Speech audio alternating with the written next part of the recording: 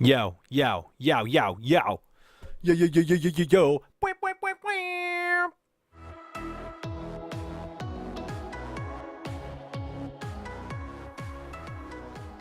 Bwah, bwah, bwah, bwah. Hey guys, welcome back to Once Over Wrestling. My name is Doc. This is my wife, Kaz. And we're back to give you guys a once-over of Smackdown Live. But before we get to that, if you guys could hit that subscribe button, the like button, the notification button, and share it with your friends, that'd be great. Kaz, Yeah. how was Smackdown? Oh, wait. Wait a minute. I know. Whoa. My cat I know. is I'm like trying not to look over way there, but up there. she's up You high. go, girl. Women's Revolution. Yeah, so Kaz has been out and not watching wrestling like a mindless buffoon like I me. was out this evening. So she gets to catch up with you guys. I do. And then you got to give a pancake rating based on my retelling of what happened on SmackDown. Do you want me to give it lots of pancakes or none? Like, what's your goal here? Do you want me to like it? Let's see Oh, how I well see. you can sell it. No. You should base it on what happened in SmackDown. Okay. Because here we go. We start off with Paige. She's backstage. She says that Shane's not going to be here tonight. And then she also says that the Backlash match between AJ Styles and Shinsuke Nakamura, it's a DQ match because, you know, there's so much hitting in the nuts and stuff like that. They're just going to remove the rules altogether. Wait, it's a DQ match or no DQ? Did I say DQ? Yeah. It's a no DQ match. No disqualifications. Got it. No rules. Just fun. We cut to The Miz. He's in the ring. He says that Daniel Bryan has been banned from Miz TV. He tells Seth that he's going to be the champion again, and he introduces Jeff Hardy as his first guest. He essentially says, hey, I would high-five you, but you touched these dirty people. You were giving them high fives, so I'm not going to give you a high five. His first question to Jeff Hardy is, am I a better champion than Seth Rollins? Jeff says no. If he was a better champion, then he would have won his match against him at the Greatest Royal Rumble. Miz says that Jeff disrespected Randy Keith Orton by cutting him off. You know, his music kept cutting him off, and that's what got him the United States title. And he introduces Randall as his second guest. So RKO slithers out to the ring. Miz is trying to make the connection that gender is a problem for Randy because of Jeff Hardy. Randy says that he's going to be taking the title back at Backlash. Shelton Benjamin interrupts, comes out and says that RKO doesn't deserve a title shot, and he does instead. He goes to get in the ring, and Randy Orton attacks him before he can get in the ring. Jeff Hardy hits a whisper in the wind onto The Miz. We cut to commercial, and when we come back, there's a tag team match. Randy Orton and Jeff Hardy versus The Miz and Shelton Benjamin. It's an okay match. There's a double, like a draping DDT where Randy gets both of them in the DDT and stuff like that. Anyways, he hits the RKO onto Shelton Benjamin, tags in Jeff, lets him hit the Swanton, gets the 1, 2, 3. As the ref goes to raise Jeff Hardy's hand, Randy hits Jeff with an RKO. So that's setting up their Backlash match. Snake. That snake. Renee Young is backstage with the Iconics. Boo. Actually, they did a pretty funny thing. So the Iconics they make fun of Renee's accent with a terrible rendition of a Canadian accent and tell her to leave. And they introduce Carmella. Carmella comes out and talks about how she beats Charlotte and all that stuff. And there was a funny part where Carmella goes like moonwalking off the, off camera. Mm-hmm. And Billy Kay and Peyton Royce are still there, and they're talking about how they're going to show everyone why the future is going to be iconic. And as they're saying that, Carmella moonwalks back into frame and then back out of frame. And while she's doing it, Billy Kay is just like, oh, there she goes again. It was actually kind of funny. I don't know. It still might lose a pancake just because of them. Yeah, so that's all to set up a 6-woman tag match. It's going to be Carmella and the Iconics, Billie Kay and Peyton Royce, versus Charlotte, Asuka, and Becky Lynch. We learn that Daniel Bryan is not cleared to wrestle because of the stuff on his chest Oh. from the Greatest Royal Rumble. The doctors are afraid of an infection. Hamburger chest. Yeah, so that's not happening. The Bar is backstage. They run into New Day. New Day says, "Oh, hey, look, you guys, you're back. I thought you guys were going to win those titles and go back to Raw."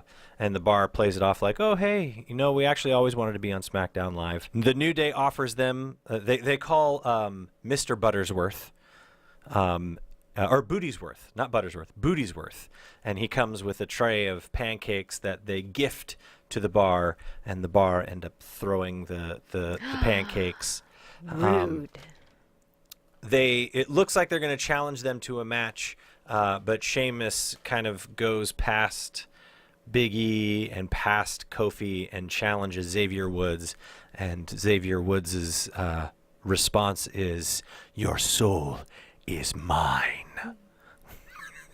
It was pretty funny. Rusev Day's backstage, and they're practicing a new song.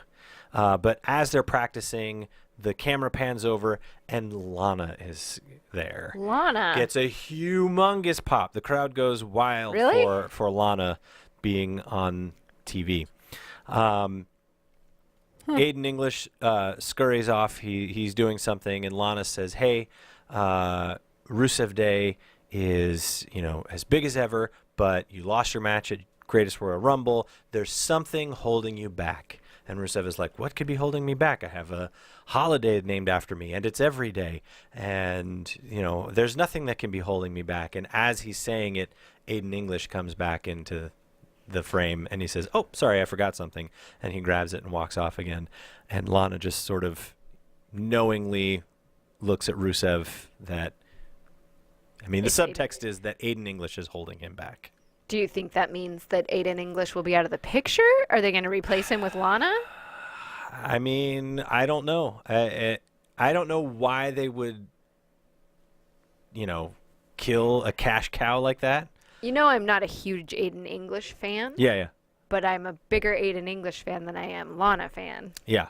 Well, anyways, we'll see what happens. Nothing else actually happens with Rusev Day. So whatever does happen is going to have to happen in the future. Then we get to my least favorite portion of the night. Big Cass comes out to the ring. Corey Graves is saying that he was not scheduled to be out here. He doesn't know what he's doing. There's actually a commercial during his entrance. But when we come back, he's in the ring and he tries to cut a promo, but the crowd is just torching this fool. They are not listening to a word he says. He's trying to, he's saying what he knows he's supposed to say, but for the first quarter to half of the promo that he's cutting, the crowd is just chanting over him. They're talking over him, Do they making not noise. like him? No. Yeah, they don't like him, which is good. Thank you, Montreal. Yeah. They finally sort of quiet down, and we learn that what Cass is saying is that Daniel Bryan doesn't look like a real WWE superstar. Real WWE superstars are 7 feet tall. They have super strength, which is what he has. And then in a jab at Uncle Dave Meltzer, he says, "The match that we have at Backlash isn't going to be a 5-star match. It's going to be a 5-second match." He ends up calling Daniel Bryan out. He wants him to come out to the ring tonight, even though we've heard that Daniel Bryan isn't cleared. Daniel Bryan's music hits. Who comes out? A little person dressed as Daniel Bryan. Makes his way to the ring, doing the yes chant. Crowd is kind of doing it, kind of not. Kind of confused, yeah. maybe? Yeah, I wonder if maybe some people thought it was Hornswoggle.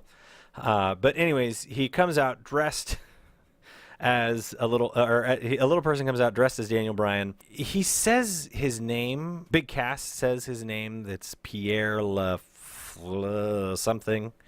Someone from Montreal that I guess people in that area would know. Kind of like Jean-Paul and Francois Yeah, from yeah. Raw. That he's available for bookings and things like that.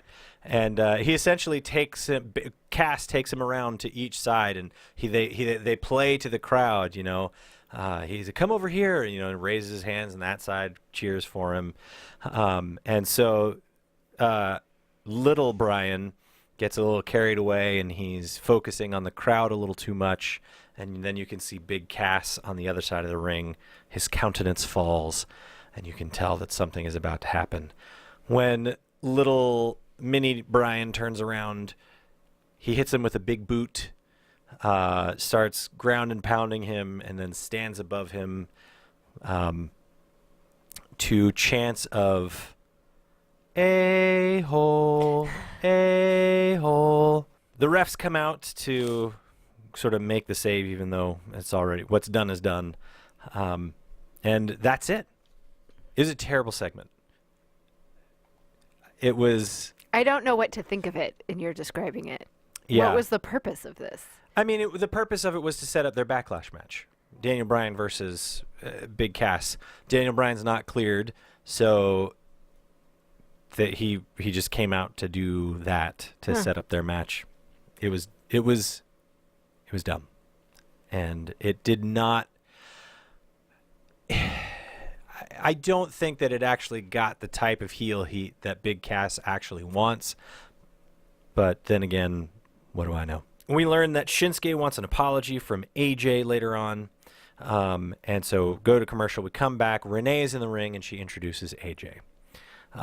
We get a recap of the low blows, the many, many low blows that have happened so far. And Renee Young essentially asks the question, is the no DQ match, does it help or hurt you? AJ says that he's been focused on, retaining the gold, right? Retaining the belt. And in his opinion, Shinsuke is focused on the wrong jewels. That's funny. Renee asks if he'll apologize. He says that Shinsuke is a coward, but if he wants his apology, he needs to come down to the ring. But boom, boom, boom, boom, boom, boom, My favorite song. Joe comes out, and he tells AJ that he's lost focus. What he needs to be focused on is Joe. Joe starts running down AJ because they still have the match at Backlash. But after that match at Backlash, Joe is coming after the championship belt, regardless of who it's on, whether it's on AJ or Shinsuke. Shinsuke's music hits. Joe turns around because he's up at the top of the ramp. He's ready to fight, and we're all focused that way. Shinsuke comes out of the crowd, apparently, and hits AJ with another low blow. After he did it, he kind of just looked at him and did his little Shinsuke thing. And then he finally goes over to the corner. He looks like he's setting up the Kinshasa. He goes after AJ, but he stops short. He misses on purpose, But then he goes into the other corner, sets up the Kinshasa, and this time he actually hits it. Then he sort of stands in the ring for a little bit longer, looking at AJ, and then his music hits. Becky is backstage, and she is disappointed in herself for losing to Peyton Royce and Billie Kay, and she feels bad that she's the reason that Asuka has had her first loss at Smackdown Live. Asuka's there, Charlotte's there, backstage, kind of talking about the match tonight, and Asuka says, Empress of Tomorrow, the Queen, and Straight Fire, Avengers, assemble. And so, yeah, it was weird. We cut back to the ring. The bar is out there. New Day comes to the ring, and it's Sheamus versus Xavier Woods. They have a pretty entertaining match. But one of the biggest things that happens is Sheamus goes to Irish whip Woods outside the ring. Woods hits the bottom rope, and they're talking about, he hit his head on the bottom rope. He hit his head on the bottom rope. But then they did sort of the same thing that they did with Bobby. Did they show it in slow motion? They show it again, and they show the replay, and it's like, oh yeah, ouch, that actually looks bad. But then they showed it in slow motion, and was like, the bottom rope didn't touch his head. Yeah. Like it hit his armpit, and he just reacted. Why with his do they head. keep showing these things in slow motion? I don't know. And then Corey's kind of having to walk it back, like, oh, it's not the actual impact, it's the, whatever. It was dumb. Like, don't show the actual frame by frame. Don't show it. Or do that thing that they always do where they show, like, the slow-mo right up until the moment where it hits, and then it goes back into... but anyways, they continue their match. There's a distraction from Cesaro, and there's a bunch of stuff that goes on outside the ring. Big E tries to hit a big ending on Cesaro. Kofi tries to hit Cesaro with Trouble in Paradise. It ends up being Woods that kind of hits him with a missile drop kick to the outside of the ring. Sheamus hits Woods, throws him back in, but Woods is able to hit Sheamus with a small package and get the pin. So Xavier Woods wins with a small package.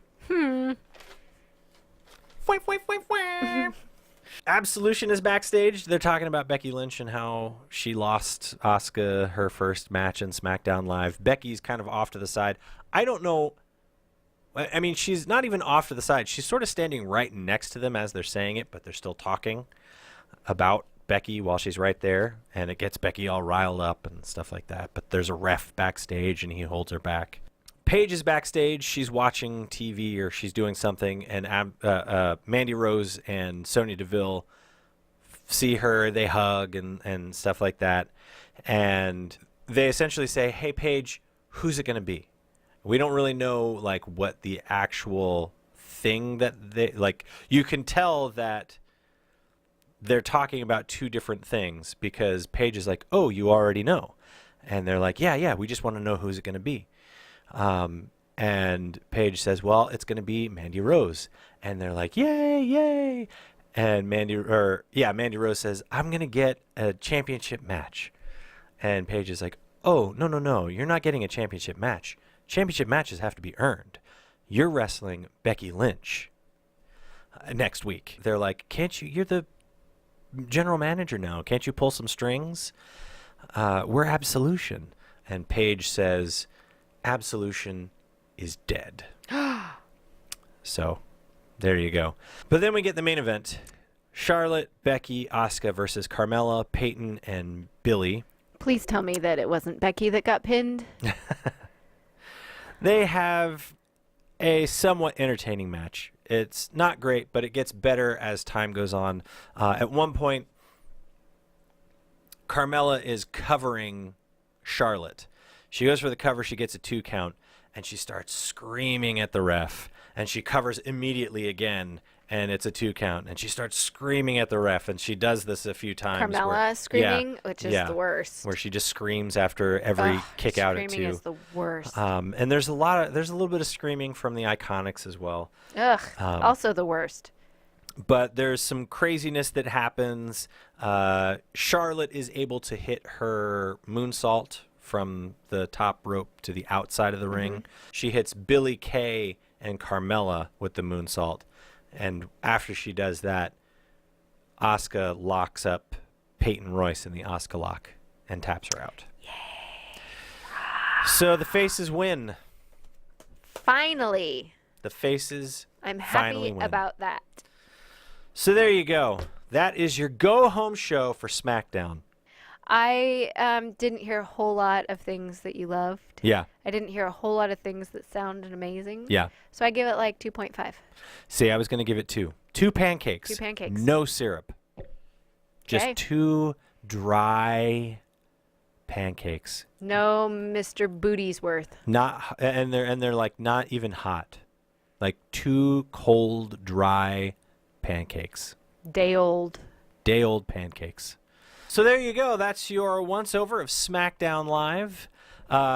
If you guys could hit the subscribe button, the like button, the notification button, and the share button, and share it with your friends. Unless you have anything else?